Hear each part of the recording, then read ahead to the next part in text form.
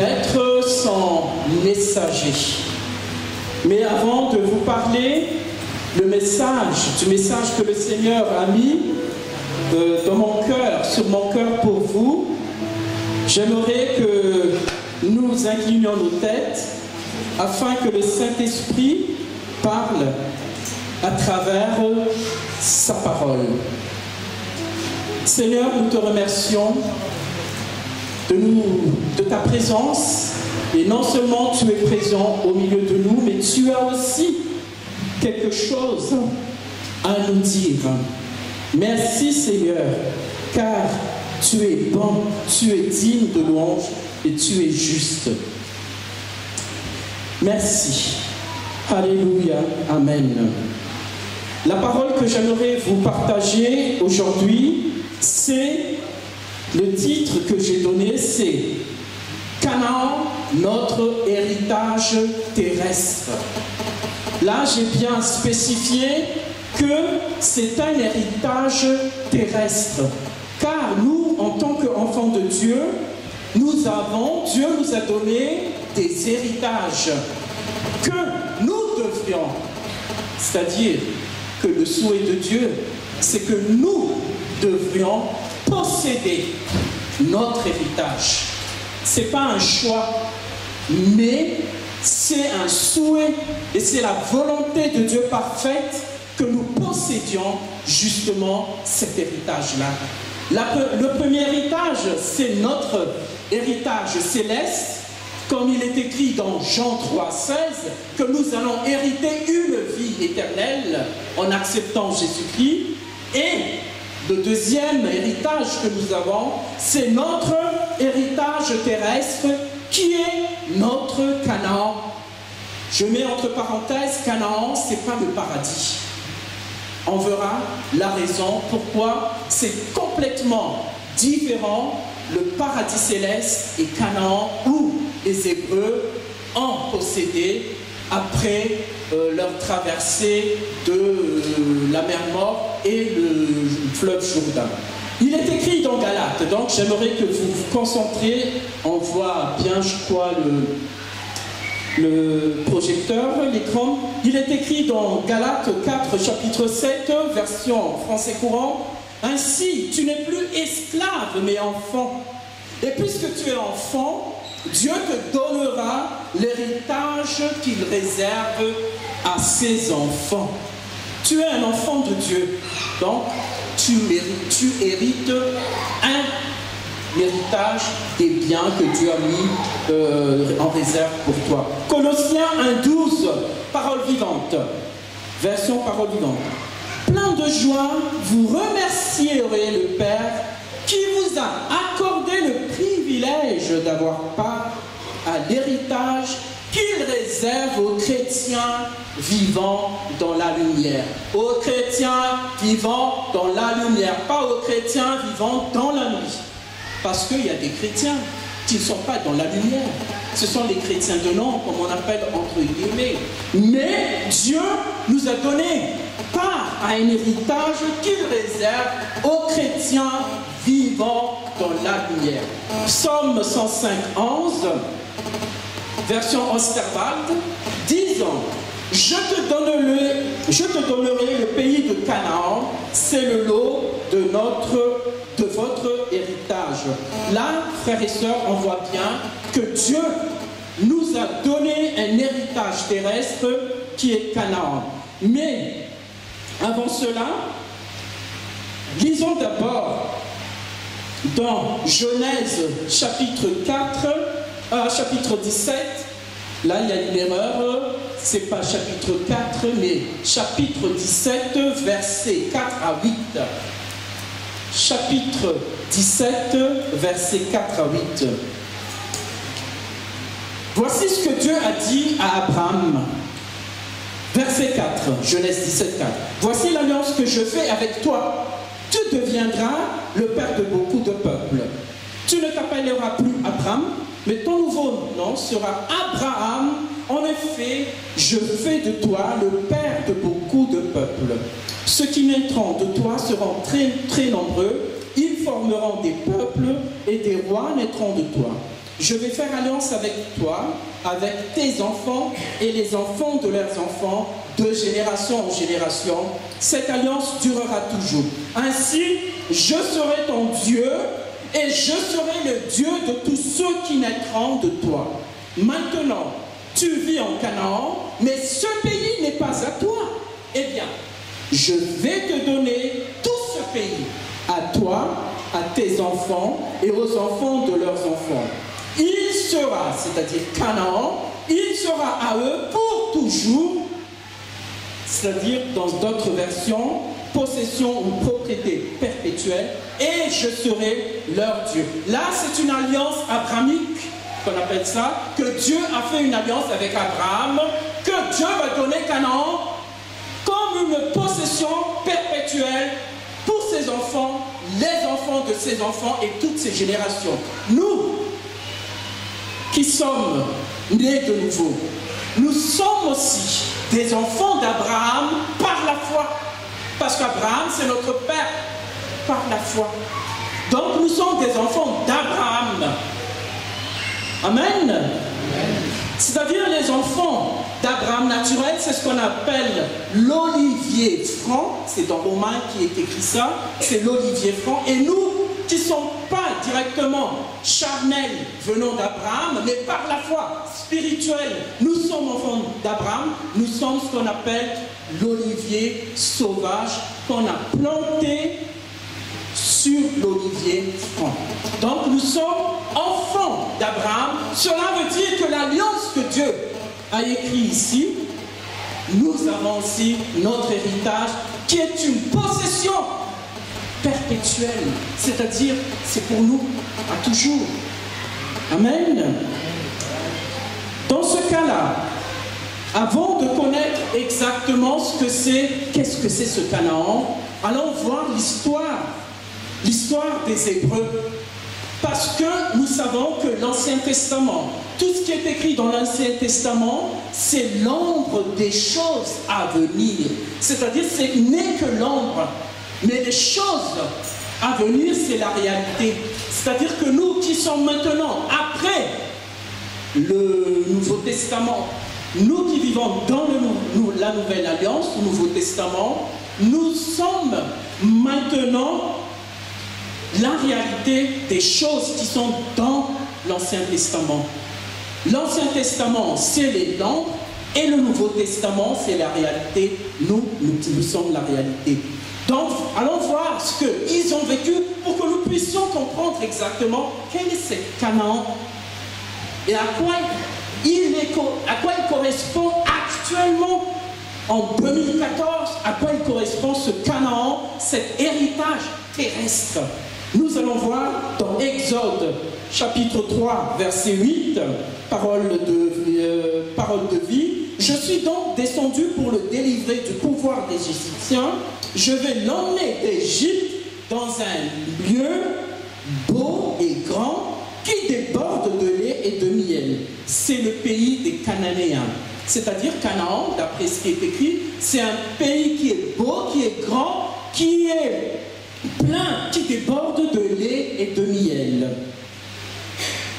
Et aussi, il y a une étape, d'après cette histoire, que quand Dieu a enlevé les Hébreux de l'Égypte pour emmener à Canaan, ils ont passé par une autre étape qui est une étape importante aussi. C'est le désert.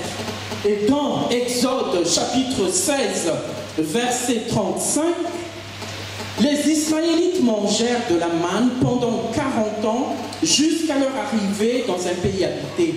C'est-à-dire jusqu'à ce qu'il ait franchi la frontière du pays de Canaan.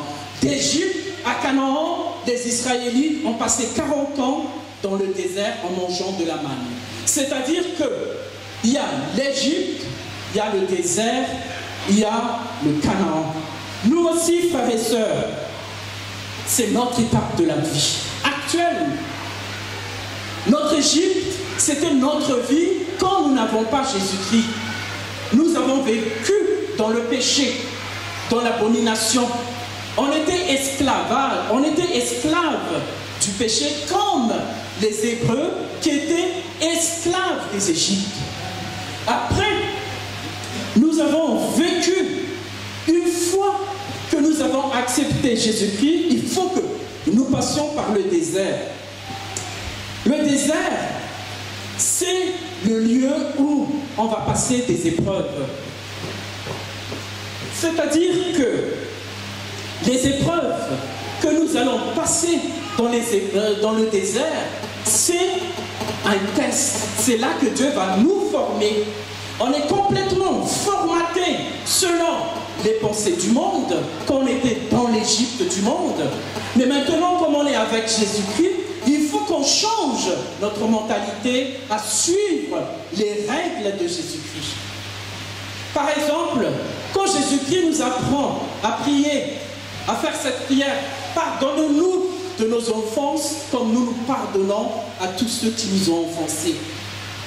Pour nous, c'est facile de demander pardon à Dieu, mais pour pardonner nos ennemis, c'est-à-dire une personne, surtout s'il est proche, si c'est notre mari, si c'est notre enfant, si c'est notre frère ou soeur, qui nous a fait du mal, alors là, c'est difficile de le dire, ah oui, j'efface tout, je te pardonne.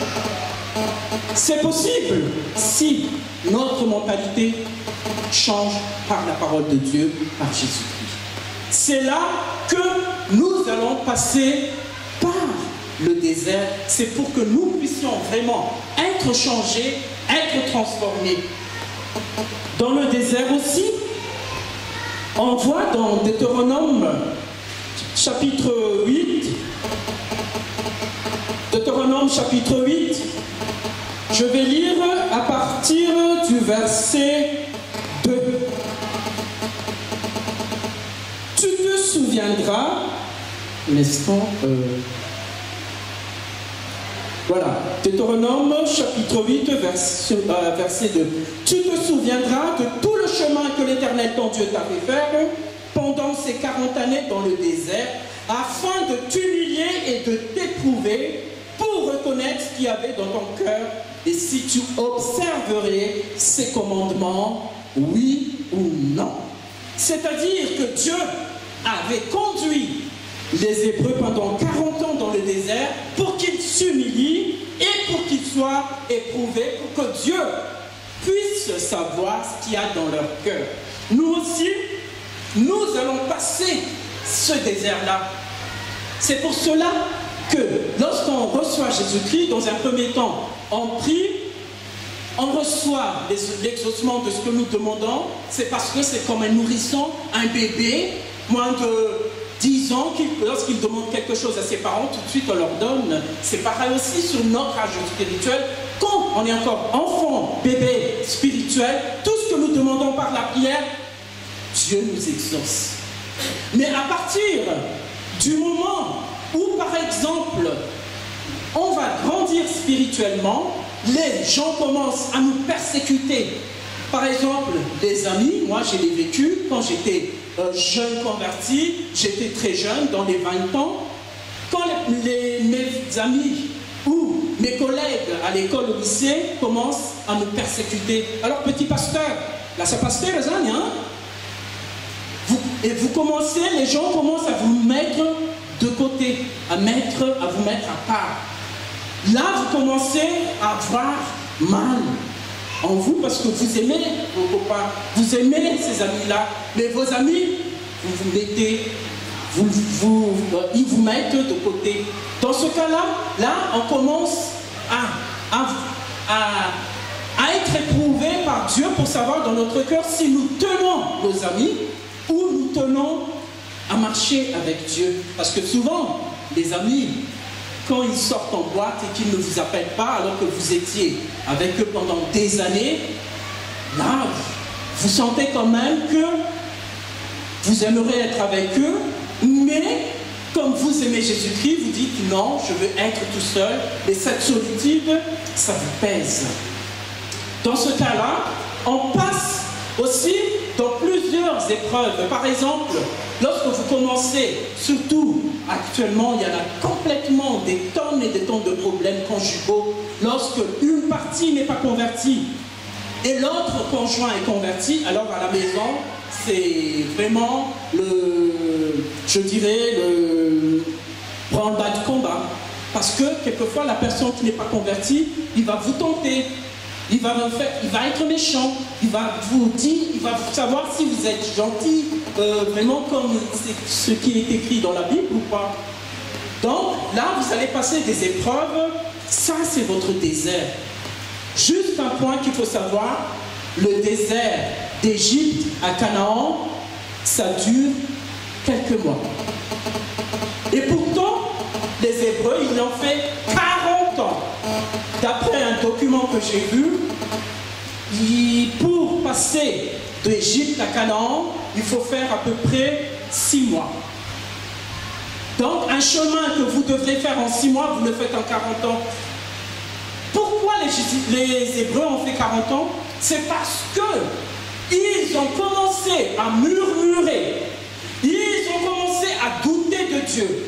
Et tant que nous doutions de Dieu, Dieu va nous laisser dans notre désert. Si nous passons devant une épreuve, devant des difficultés, si nous doutons de la puissance, de l'amour, de la grâce de Dieu pour qu'il intervienne, Dieu n'intervient jamais. Parce qu'il veut que votre cœur ait confiance totalement en lui. Tant que vous n'avez pas confiance en votre Père, vous allez être dans votre désert. Si vous voulez sortir de votre désert le plus tôt possible, mettez toute votre confiance en Dieu. Amen. Et il faut aussi savoir, mes frères et sœurs, que dans notre désert aussi, il y avait les éléments que nous voyons dans le désert. Quand Moïse avait accompagné les Israélites dans le désert, il y avait le tabernacle. Nous savons tous que ce tabernacle, c'est un tabernacle mobile et ça change de lieu en lieu selon ce que la nuée ou la colonne de feu les conduit. Deuxièmement, dans le désert, il y avait la manne. Il y avait l'écaille descendue du ciel. Il y avait aussi l'eau que Moïse avait frappé le rocher. L'eau sortait pour que les Hébreux puissent boire, manger la viande et le pain. Et troisièmement, dans le désert aussi, il est écrit dans Deutéronome chapitre 2, verset 7. Chapitre 2, verset 7, il est écrit: et en effet, le Seigneur votre Dieu vous a béni dans tout ce que vous avez entrepris et il a veillé sur vous lors de la traversée de ce grand désert. Durant 40 ans, il a été avec vous et vous n'avez manqué de rien. Vous n'avez manqué de rien. Pendant 40 ans, même si vous étiez dans le désert, il ne manquait de rien. C'est pour cela que nous, dans notre désert à nous, il faut toujours savoir que nous ne manquerions de rien lorsque nous savons que Dieu est avec nous. Comme la nuée, comme le colonne de feu tous les jours avec les Hébreux, c'est-à-dire il y a toujours la présence de Dieu, il ne manquait de rien. Vous, si vous avez le Saint-Esprit en vous, vous avez la relation par la prière et la lecture de la Bible, la présence de Dieu sera en vous et vous ne manquez de rien. Amen. Et même, je dis bien, et même Dieu, s'il vous laisse, je dis bien, il vous laisse, il ne vous fait pas passer, il vous laisse passer par l'ombre de la mort, je n'ai aucun crainte, dit David dans 23. Car l'Éternel est mon berger, je ne manque de rien. Dans ce cas-là, notre désert, nous allons passer cette ombre de la mort. Nous allons passer toutes les difficultés et les épreuves. Mais le grand alléluia, c'est que je ne manque de rien, car mon papa est là. Je ne sais pas pour vous, mais pour moi, c'est comme ça. Amen. Alléluia.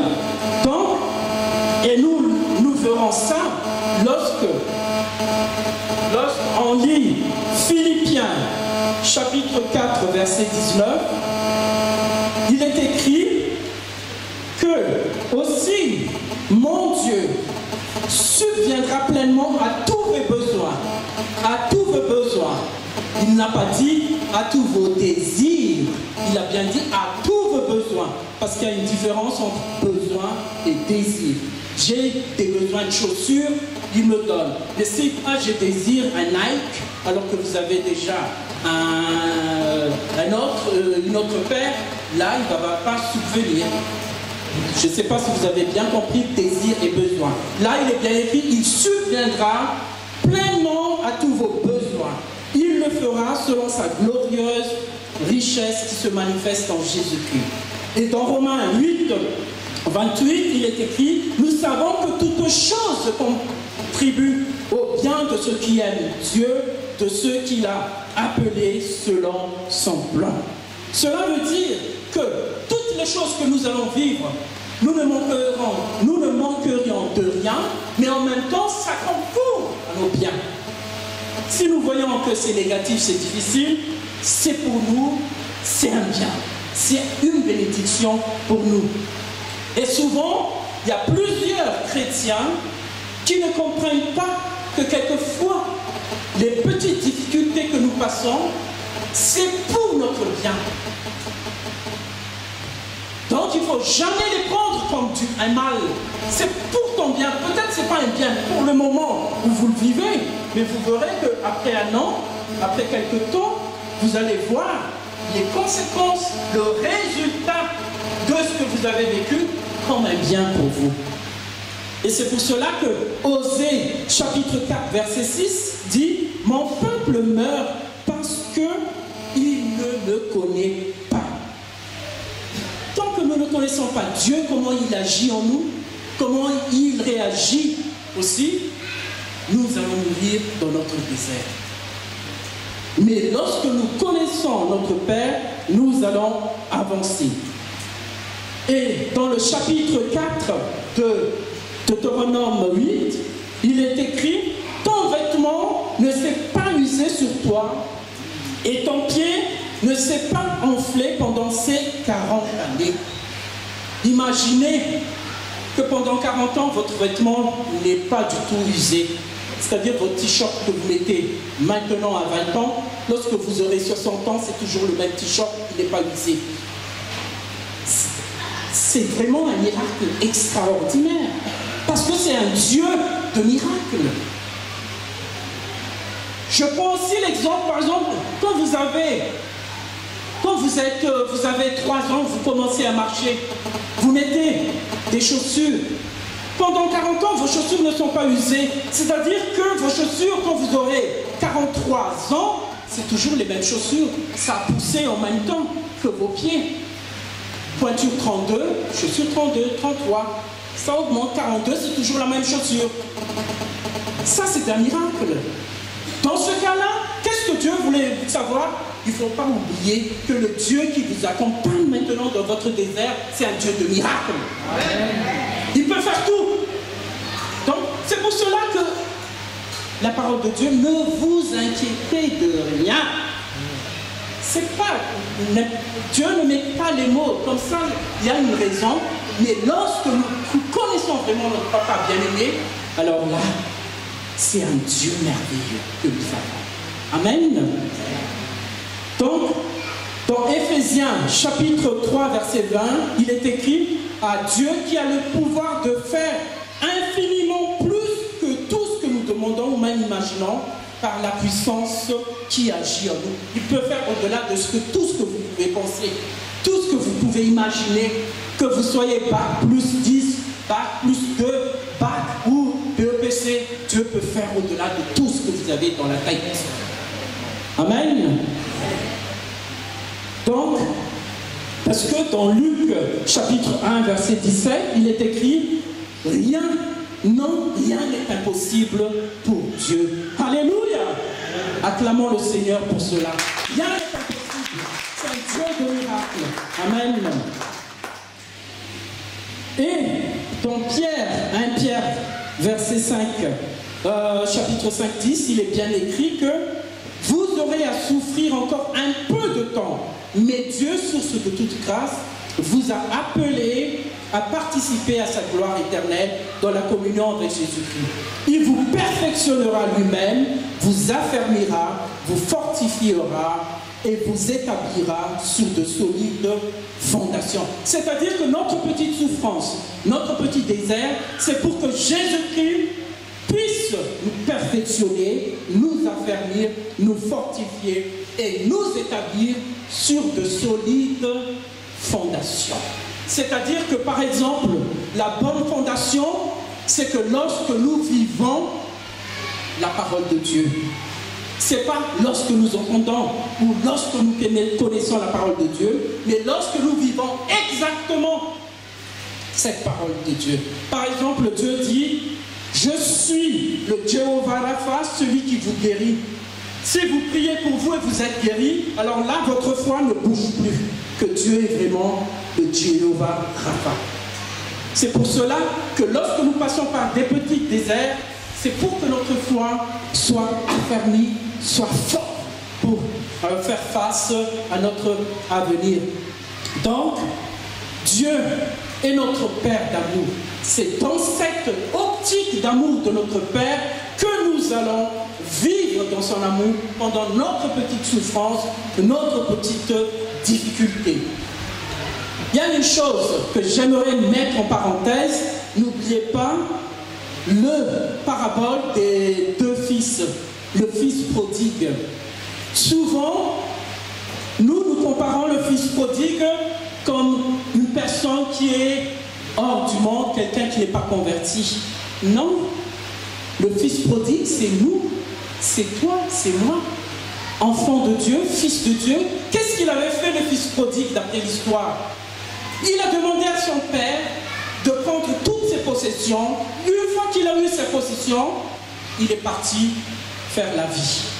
Mais après, il est retourné lorsqu'il était complètement KO, naze, comme on dit. Il est revenu vers son père. Nous, frères et sœurs, et j'en ai vu plein d'enfants de Dieu actuellement qui demandent un sujet de prière. Priez pour moi pour que je puisse avoir un poste de temps. Priez pour moi pour que j'ai un boulot de temps. On prie. Lorsqu'il a eu ce qu'il a demandé au Père, on ne le voit plus à l'église. Il est de l'autre côté du bord. Parce qu'il a pris son héritage, les bénédictions de Dieu. Dieu l'a exaucé. Donc, il y a souvent, il faut faire attention. Bien évidemment, ce qu'on voit dans cette histoire de parabole, c'est que notre Père, c'est un Père extraordinairement aimant. Quel que soit que vous faites, il vous reprend. Mais attention, il va vous guérir parce que vous étiez complètement tombé malade. Vous aurez des maladies de l'âme. On va vous guérir votre âme, etc., etc. Dans ce cas-là, faites attention, frères et sœurs. Quand vous demandez quelque chose à Dieu, il ne faut pas le laisser lorsque Dieu vous répond.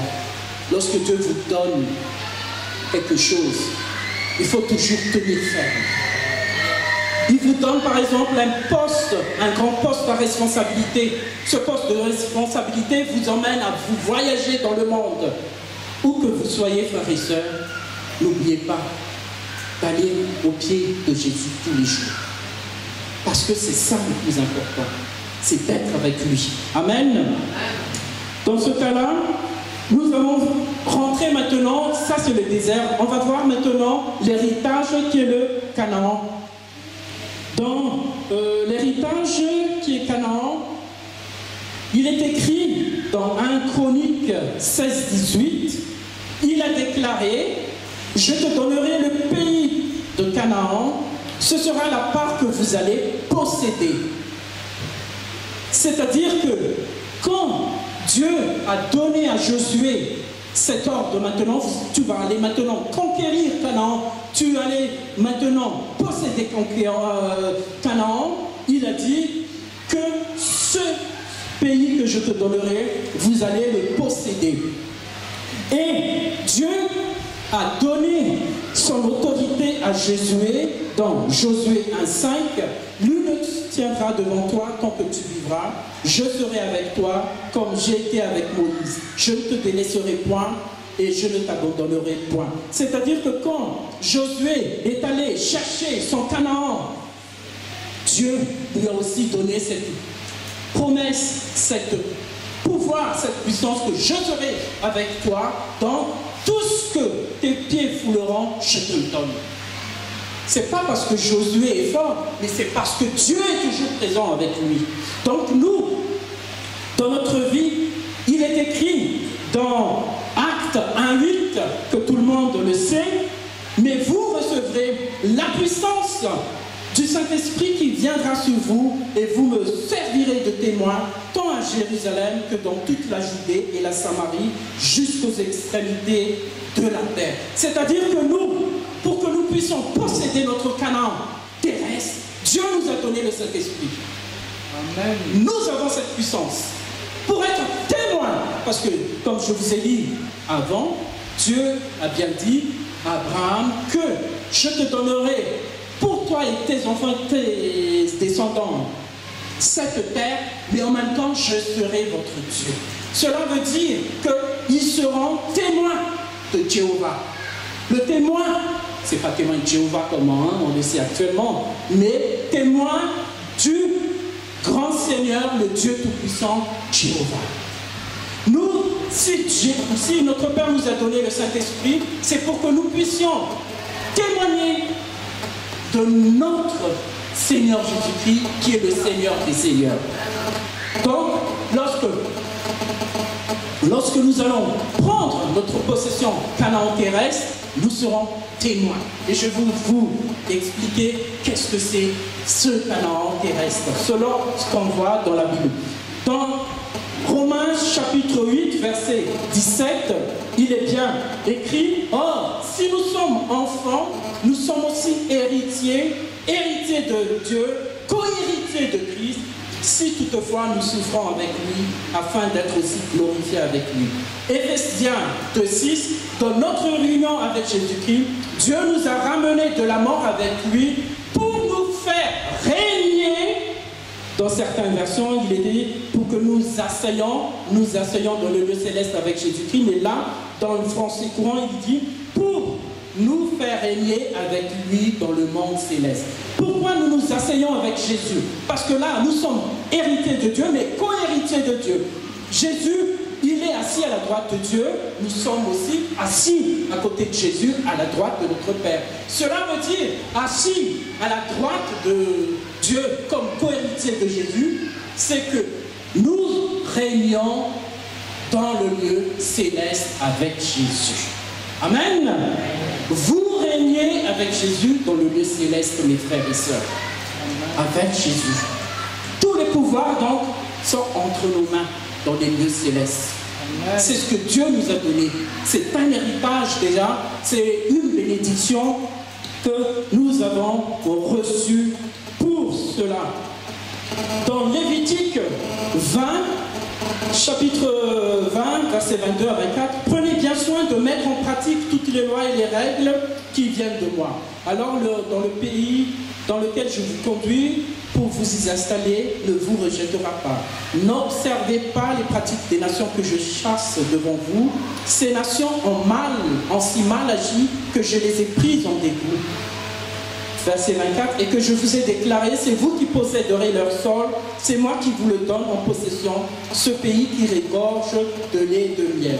Premier fait que j'aimerais attirer votre attention, c'est que là, dans ce passage, le passage 23, Dieu a bien dit pourquoi il a donné Canaan aux Hébreux. C'est parce que dans ce pays-là, n'observez pas le verset 23, n'observez pas les pratiques des nations que je chasse devant vous. Ces nations ont si mal agi que je les ai prises en dégoût. C'est-à-dire que les nations dans le Canaan, ils ont une vie de pécheresse, de malice. Donc Dieu veut éradiquer ce mal dans cette région. Pour éradiquer ce mal, il a mis les Hébreux en possession de la terre. Cela veut dire que nous régnons avec Jésus, c'est-à-dire nous avons la puissance comme Jésus l'avait. Qu'est-ce qu'on va s'en servir de cette puissance? C'est pour que nous puissions aussi chasser tous les péchés du mal sur cette terre là où nous sommes. C'est la raison, par exemple, que nous fassions l'évangélisation, la délivrance, nous chassons les démons, nous lions les ténèbres, nous guérissons par le nom de Jésus, justement pour que toutes ces abominations s'enlèvent dans notre société. Amen. C'est là notre Canaan, c'est là l'objectif de notre Canaan que Dieu veut que nous fassions, c'est que nous éradiquons toutes les abominations. Amen. Mais pour pouvoir le faire, cette éradication, il y a des principes. Premièrement, dans ce verset, il faut que nous observons toutes les lois de Dieu, tout ce qui est écrit dans la Bible. Il faut que nous haïssons tous les péchés. Tout ce qui est péché, il faut que nous les haïssons. Afin que nous produisions dans notre possession, notre Canaan, le lait et le miel. Le lait, ça vient de la vache. Il faut le traire, c'est-à-dire il faut que ta foi traite le lait du ciel. Le miel, ça vient des abeilles. C'est pas toi qui vas faire le miel, ni produire le miel, mais ce sont les abeilles. Donc ça vient, on te donne automatiquement. Cela veut dire que dans notre foi, il y a une action, il y a deux actions. Action que nous devons agir, faire, et il y a une action que Dieu nous donne naturellement. Amen. C'est pour cela qu'il a dit, cherchez d'abord le royaume de Dieu et sa justice. Ça c'est le lait, et ça c'est le lait. Et toutes ces choses vous seront données en plus. Ça c'est le miel. Amen. Alléluia. Je ne sais pas, frères et sœurs, si vous arrivez à vraiment comprendre que Dieu vraiment nous a donné tout. Et ça, on le voit aussi dans un verset qui est dit, mais je vais le dire après, mais là on va passer aussi que dans notre Canaan, il y a une réalité qu'il faut savoir. C'est que cette réalité, c'est écrit dans Deutéronome, chapitre 9, versets 1 à 3, mais je ne vais pas les lire tous, parce que le temps m'est imparti, mais il a dit que dans le Canaan, vous allez devoir affronter des géants. Il y aura alors des combats, il y aura des luttes. C'est-à-dire que dans notre vie, ici, lorsque nous allons posséder notre Canaan, il faut toujours savoir, mes frères et sœurs, il y a des combats à affronter. Des combats spirituels à affronter, parce qu'il est écrit dans Éphésiens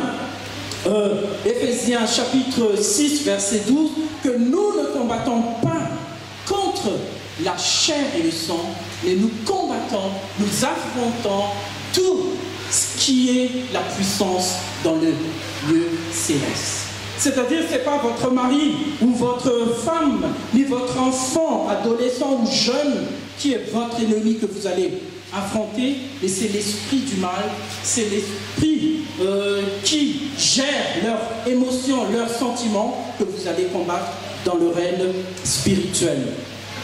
Donc, frères et sœurs, pour pouvoir vous dire que quand Josué avait conquéri le Canaan, il a conquéri d'abord Jéricho, après Haï, après le sud du pays, après le nord du pays. C'est-à-dire que quand il a possédé son Canaan, il a possédé progressivement. On ne lui a pas donné tout d'un coup tous les lieux, mais on lui a donné, il a pris petit à petit. Nous aussi, nous devrons prendre petit à petit notre Canaan en commençant toujours, en restant toujours dans la présence de Dieu. Donc, il ne faut pas oublier vos études bibliques. Il ne faut pas oublier votre temps de prière. Il ne faut pas oublier d'aller assister à toutes les veillées de prière, les réunions de prière. C'est parce que par la prière que nous pouvons gagner notre lutte, notre combat. Amen. Et pour terminer, j'aimerais vous lire quelque chose. C'est dans Éphésiens 1:3. Nous sommes plus que vainqueurs. Pourquoi plus que vainqueurs? C'est parce que dans Éphésiens chapitre 1, verset 3, Éphésiens 1:3, louons Dieu le Père de notre Seigneur Jésus-Christ. Il nous a bénis dans notre union avec le Christ en nous accordant toute bénédiction spirituelle dans le monde céleste. Parole vivante, il a déversé d'en haut sur nous qui vivons dans la communion avec le Christ toutes les bénédictions que le royaume des cieux contenait. C'est-à-dire que en Jésus-Christ, nous sommes bénis de toutes les bénédictions spirituelles. Tout. La guérison, la victoire, la prospérité, la santé, la joie, la paix. Nous avons tout cela. Parce qu'en Jésus-Christ, on a tout. Je vais vous donner une image. Comment est cette image pour vous dire cela? C'est comme un train. Sur un train, il y a le locomotive qui est la tête, et après, il y a les plusieurs wagons. C'est exactement cela, ce qui est écrit ici, que nous avons tout en Jésus-Christ. C'est Jésus-Christ, le locomotive, et derrière Jésus-Christ, il y a les wagons. Wagons de santé, wagons de prospérité, wagons de victoire, tout est là. Mais pourquoi nous n'avons pas tout maintenant, actuellement sur la terre? Pourquoi? Quelle est la raison? La seule raison, c'est que quand on reçoit le train de Jésus, quand on reçoit ce train-là, il faut des rails. Vous voyez les rails de train? Il y a deux de fer. C'est quoi? La prière et la lecture de la Bible. Si nous n'avons pas ces deux-là, on ne peut pas accueillir le train de Jésus. Je ne sais pas si vous avez... Donc, il faut que nous prions et nous lisons la parole de Dieu pour accueillir justement le train de bénédiction où tout est dedans. Tout est prêt. On n'a pas besoin de lutter, de combattre.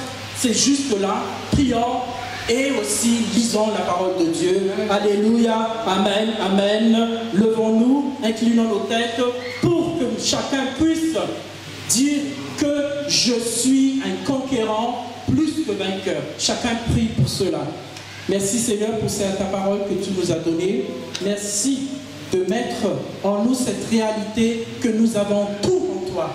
Tout est en toi Seigneur. Nous le prenons par la foi et nous prenons aussi Seigneur tout ce que tu as préparé d'avance pour nous. Merci Seigneur au nom de Jésus. Amen.